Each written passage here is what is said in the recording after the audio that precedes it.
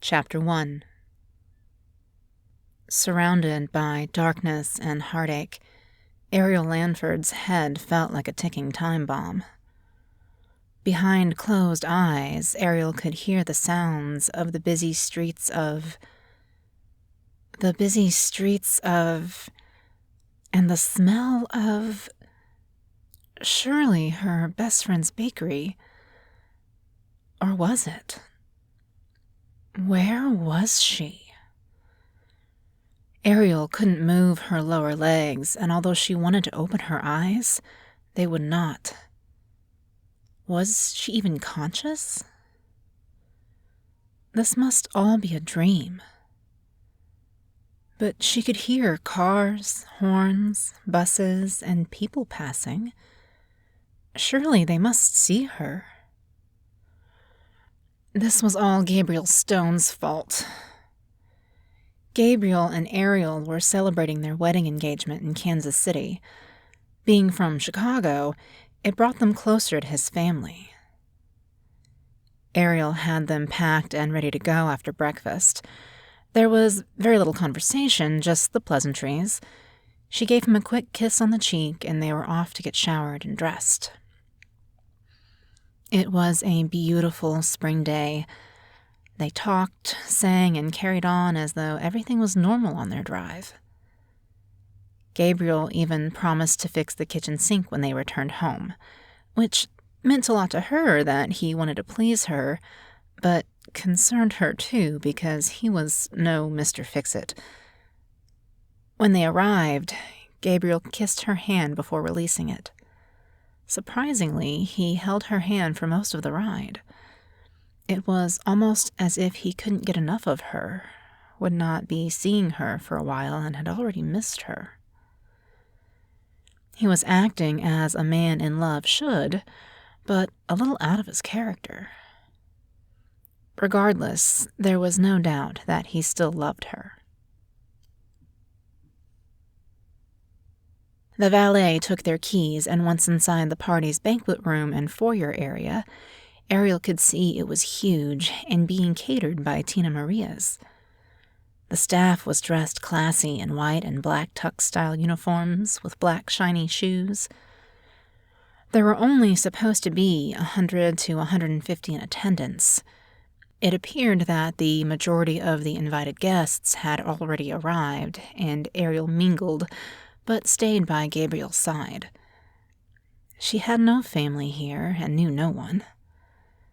In fact, she had no surviving family. Gabriel was all she had.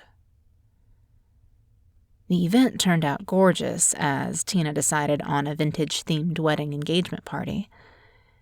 Everyone was dressed in light and breezy vintage wear.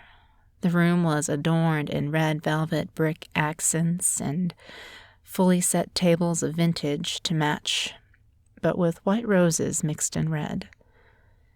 There was so much white, too, that it all appeared angelic.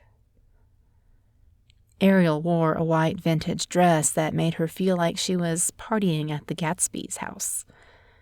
Very nostalgic and taking one back in time.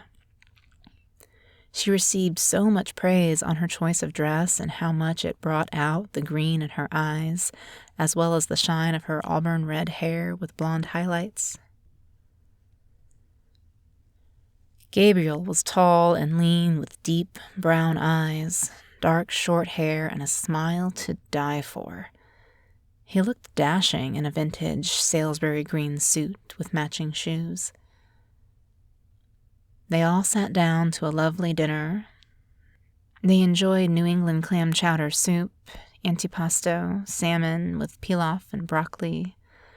For dessert, they devoured hot apple pie with ice cream on top. The icing on the cake was the timeless sounds of Anita Baker singing Sweet Love softly in the background. "Ariel, would you like to dance?" asked Gabriel. While beaming with a glow of happiness, Ariel responded, "Yes." Ariel always loved how just the touch of his hand could make her blush with thoughts of their lovemaking.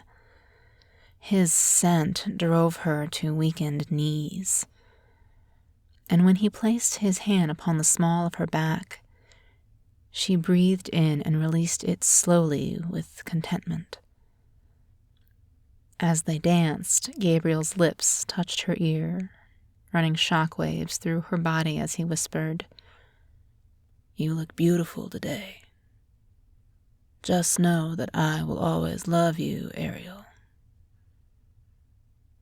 He said it like a goodbye was coming. Her contentment quickly and abruptly ended. "Let's step out on the balcony. I need to speak with you," said Gabriel. "It's important." He chose what was to be an us moment and admitted to finding him another. He just didn't love her anymore. Turning their moment into a goodbye, a very cold one. He couldn't even look her in the eyes as he spoke, almost robotic.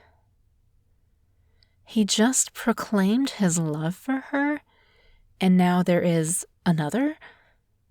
No way. How could he put her through a trip, party, and then dance with her as if all was well between them? This made no sense. He had never acted as if there was another. In fact, quite the opposite. His breakup sounded forced. Ariel was so devastated. He was all she had in the world.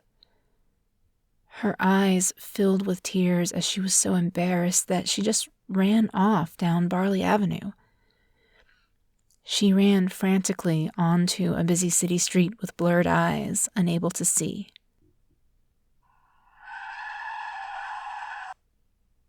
Everything went to black.